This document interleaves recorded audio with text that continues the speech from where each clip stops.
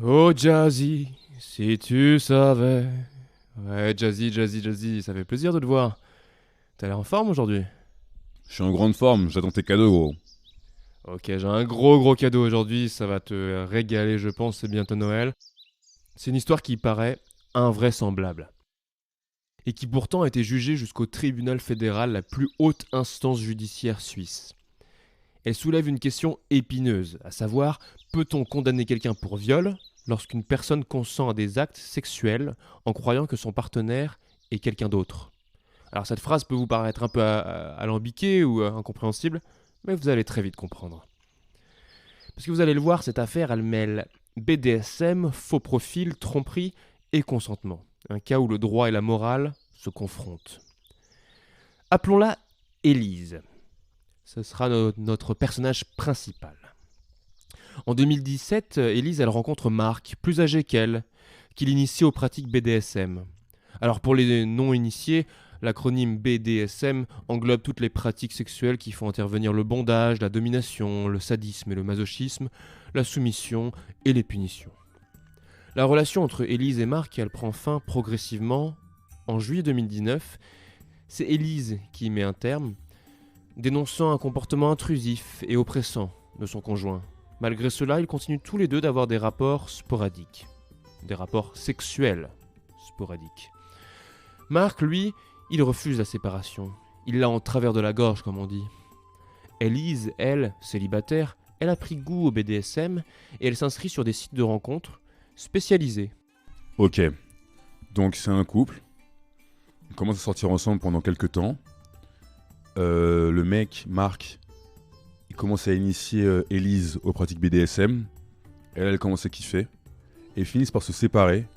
Enfin, après leur séparation, ils continuent à entretenir des rapports. Et elle, de son côté, elle continue aussi à avoir des activités BDSM, mais seulement dans son coin.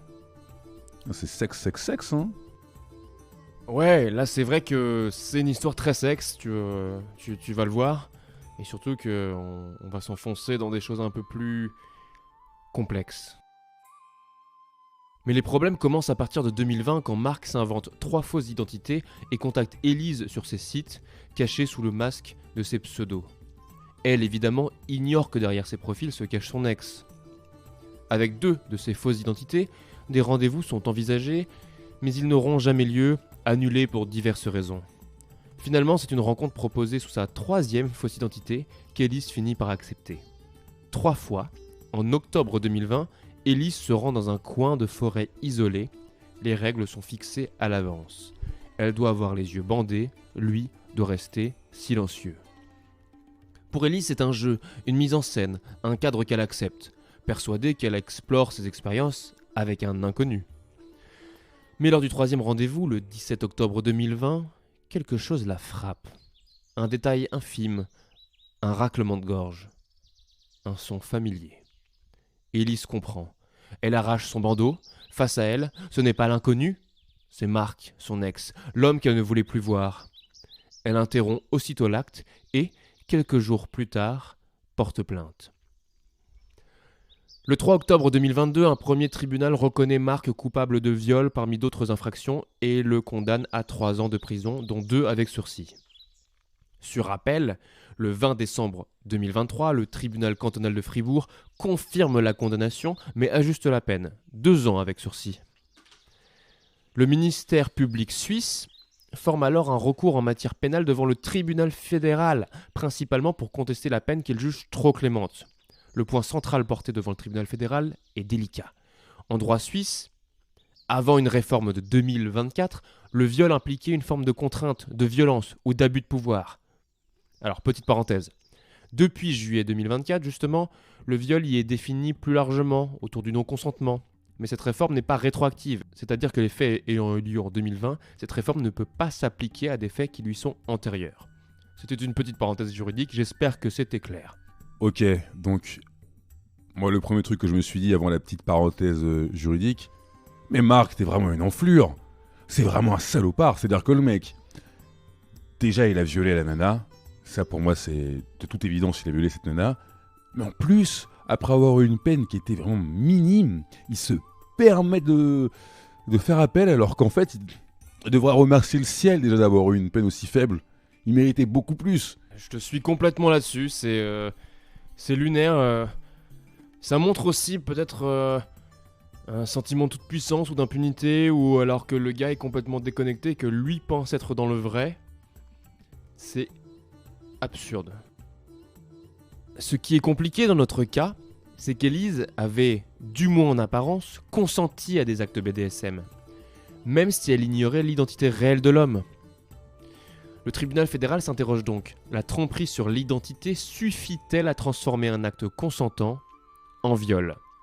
Dans sa décision, le tribunal fédéral conclut qu'il n'est pas possible, selon le droit applicable à l'époque des faits, donc en 2020, de qualifier un rapport purement obtenu par tromperie, donc sans violence ni menace, de viol. Autrement dit, pas de rape by deception, reconnu dans ce cadre. À nouveau une petite parenthèse, le rape by deception, c'est une notion juridique qui est apparue dans certains pays anglo-saxons, en Israël je crois aussi, dans des cas où des hommes se faisaient passer pour quelqu'un d'autre, mentaient sur leur identité, afin d'avoir des relations sexuelles. Et du coup, le tribunal fédéral refuse d'intégrer cette notion dans le droit suisse. Ah bah c'est une excellente loi qui devrait être étendue le plus possible dans les autres régions et dans les autres pays. Parce que c'est clair que de considérer que cette situation-là, elle relève pas du viol, c'est absurde. C'est assez absurde. Particulièrement quand on sait que la nana voulait baiser avec toute la Suisse sauf avec lui. C'est... Oui, c'est ça en fait qui est intéressant au final dans cette histoire, c'est que elle était prête à avoir un rapport sexuel BDSM, donc probablement violent, en tout cas extraordinaire dans le sens hors du commun, mais surtout pas avec Marc. Elle, ça lui importait peu qui était derrière le bandeau, de l'autre côté du bandeau. Mais ça ne devait pas être Marc. Et c'est là où le viol intervient. Le tribunal fédéral, cependant, il accepte partiellement le recours quant à la peine. Il estime donc que la juridiction cantonale a sous-évalué la gravité des actes et a trop tenu compte du contexte BDSM et de l'acceptation apparente d'Élise. Il renvoie l'affaire pour reconsidération de peine. Malheureusement, on n'a pas d'informations publiques sur ce qui s'est passé ensuite, ce qui a été décidé ensuite. Mais si tout se passe bien, là il est en tôle et enfermé pour un petit bout de temps. Si tout se passe bien. On croise les doigts en tout cas, on va pas vous le cacher, les doigts sont fortement croisés. Déjà, qu'est-ce que le consentement ? Quand il est donné à une personne, mais appliqué à une autre. Jusqu'où le droit doit-il aller pour protéger l'autonomie sexuelle ? Ces questions-là, en fait, elles sont au centre de cette affaire. Parce que l'histoire d'Élise, elle illustre la violence insidieuse de la tromperie. Par un simple masque, un faux profil, Marc, il lui a volé la liberté de choisir. Et c'est d'un détail, un raclement de gorge, qui a fait tomber le voile. C'est le fameux raclement de gorge qu'elle entendait depuis le début de leur relation, qu'elle trouvait dégueulasse, qu'elle a fini par réentendre. Tu sais, elle a eu des frissons en entendant ça. Ah ! C'est son raclement de gorge de merde de fumeur, là. Ah ! C'est sûr que c'est ça. C'est sûr que c'est ça. Et lui, il a réussi à dissimuler sa malveillance jusqu'au bout, jusqu'à ce que elle, son intuition, la réveille. T'imagines le mec qui s'est fait serrer grâce à son raclement de gorge. Il devait être tellement dégueulasse. En sachant que moralement, le mec, déjà, il est dégueulasse, mais en plus, sa gorge, oh, il doit être un fouillis, hein. C'est vrai que là, ouais, c'est pas glorieux, comme on dit. Première étape dans ce que j'ai envie de dire, c'est d'abord, je suis content que la justice elle soit réactive et qu'elle arrive à se mettre au niveau des dingueries de notre époque, des applications, et je pense que on n'est pas prêt d'en voir la fin de ce genre de manipulation que tu peux faire sur les réseaux sociaux, etc. Particulièrement ce type de sexualité bandée. Donc à la graine de criminel, évitez la sexualité bandée si vous connaissez pas le partenaire avant. C'est ce petit conseil, ça c'est le numéro 2. Et voilà. Hein. Et le point 3, c'est éviter le tabac, parce que vous voyez, après, ça fait des raclements de gorge qui sont atroces. Voilà, hein, c'est tout. Hein. Bon, des conseils très sages.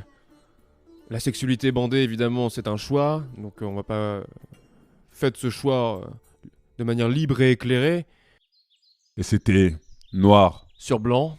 L'émission présentée par Jova. et Jazzy. Allez, un grand plaisir de vous avoir eu aujourd'hui, la graine de criminel. Faites très attention à vous. Bise. Allez, bisous.